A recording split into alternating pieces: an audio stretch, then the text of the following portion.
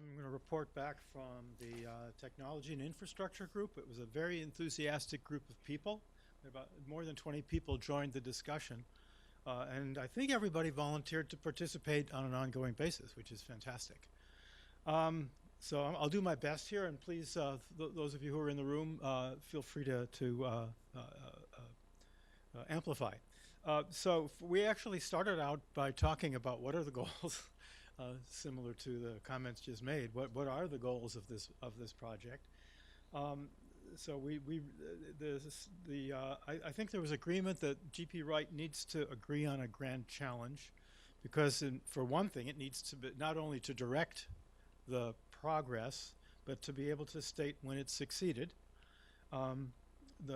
The Genome Project succeeded several times, right? So that was supposed to be a joke. There was reasonable agreement that this should be to synthesize a human genome that's maintained in a host cell. I think everybody thinks that that's an important part of the statement. Should be achieved in about 10 years. And there's some discussion whether it's actually perfectly reasonable for this to be a copy of some existing human genome that we know works. Because you'll only know you'll only know once you've learned what the genome can do without what you would have put in there otherwise. So if you start using experimental genomes, it's going to be a lot harder than a copy. There was some discussion with it, which I think is unresolved, whether one also needs to have, in addition to that sort of singular goal, some testbed objectives to answer the so what question. So what if you can copy a human genome? And so if we do this, we do need to ensure that those examples don't limit the technology directions and obviate the development of technologies that are needed for other kinds of applications. So it's probably true that one could brute force copy a human genome using existing technologies and get that done in 10 years. It would not obviously be desirable. And if that's all that we do, then the project isn't a success. So you need in your statement of objectives some sort of a bigger goal than what we know today how to do. How to achieve in 10 years. And so maybe the goal would be to say, if we could brute force it today for X cost, then our goal is to be able to do it for 1 over Y cost, for some significantly smaller fraction, orders of magnitude. We need robust sharing of data and materials. We need technology to support the archiving of large constructs. We don't actually have good ways to do that today. And we need standards for representation of the constructs in order to make that sharing most effective. So we have something of a wish list. That was as far as we got. We certainly didn't yet get to prioritizations. I'm sure we don't yet have a complete wish list, but here are some of the things that people in the room came up with. The $1 genome synthesis. I don't think it was meant as a joke. Well, a big genome, a 6 gigabase genome. Synthesis, the ability to synthesize any sequence, including the ones that today are difficult, the ones with palindromes or homopolymers or repeat sequences. Significant enthusiasm for shortening. Turnaround time, not a surprise. Someone said the compile time is currently weeks, even for small constructs. We need the computational tools to make it faster and more flexible to design and synthesize genomes with the sort of the paradigm of a 3D printer.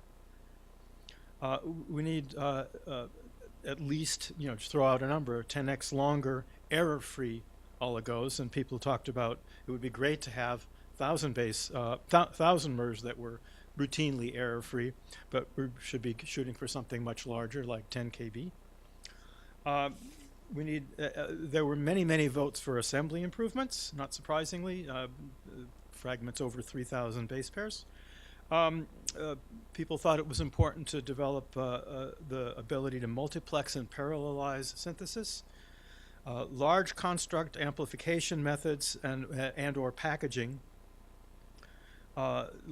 transfer of large DNA, automating assembly and getting DNA into cells,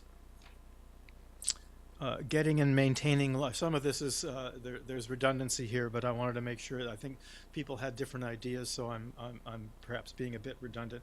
Getting and maintaining large DNA in cells, and we're talking about 10 megabase pieces. Though certainly you'll want to be able to develop in the interim host cells with intermediate capacities. Stabilizing engineered constructs in living cells, again, some redundancy here. There was agreement that later, and during the course of the project, we really do need to understand which, if any, repeats, for example, are needed. This would be good toward defining the minimum genome.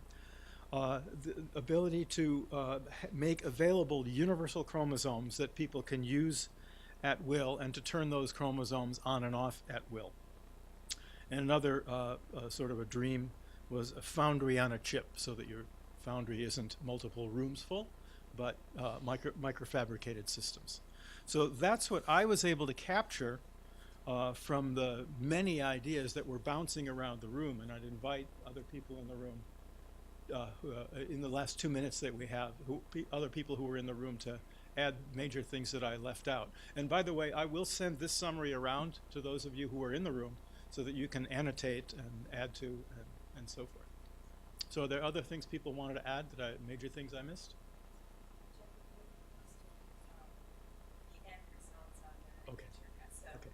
Get all the Great. comments, get a final copy, and Super. really putting it up on the website. Super. Okay. Thank you. Yeah. So I'm a little bit confused because I thought you contradicted yourself. At first I thought you said you wanted us to make wild type, whoever that is, right? But A wild type. But then you said that wouldn't count because it doesn't. Or if I understood you right, can you just clarify that? Because it would be. I remember distinct discussion with funding agency about synthesizing the yeast genome and having them say, you're just going to remake wild type? No, we're definitely not interested in that. And actually, I think that was the right answer, personally. Yeah. So, yeah, I agree. And so we didn't have time to discuss this to the length that we would have liked to do. There were a couple of positions, let's say, that were put on the floor. One was that if you demand that you can do some sort of a reduced genome, then that requires a huge amount more work. Maybe that's the right goal. But even today, we can't synthesize, we can't even come close to synthesizing a human genome. And then you get into this discussion, the projection. Well, if we brute forced it, we could probably do that in 10 years. And so I was adding to that, let's not only brute force it with today's methods and costs, but say we're going to synthesize some normal human genome, but at considerably reduced costs from today's costs, and some, or even actually reduced from following the current projection of cost reductions, because then we haven't done anything different. So, right, if you take the current cost projections of what it should cost between now and 10 years from now, we want to reduce by 10-fold or 100-fold or 1,000-fold lower than that. But I think the point is that those 20 people in the room had different ideas of what our goal, what the clearly articulated, crisply stated goals of the project are. So that's a message back to leadership. I just have a little bit of a nuance to that from the discussion. I don't think we were trying to set the goal for GP Wright. We were just wanted to set for ourselves as a working group some idea of a focus so that we could then think about what technologies do we need for that focus.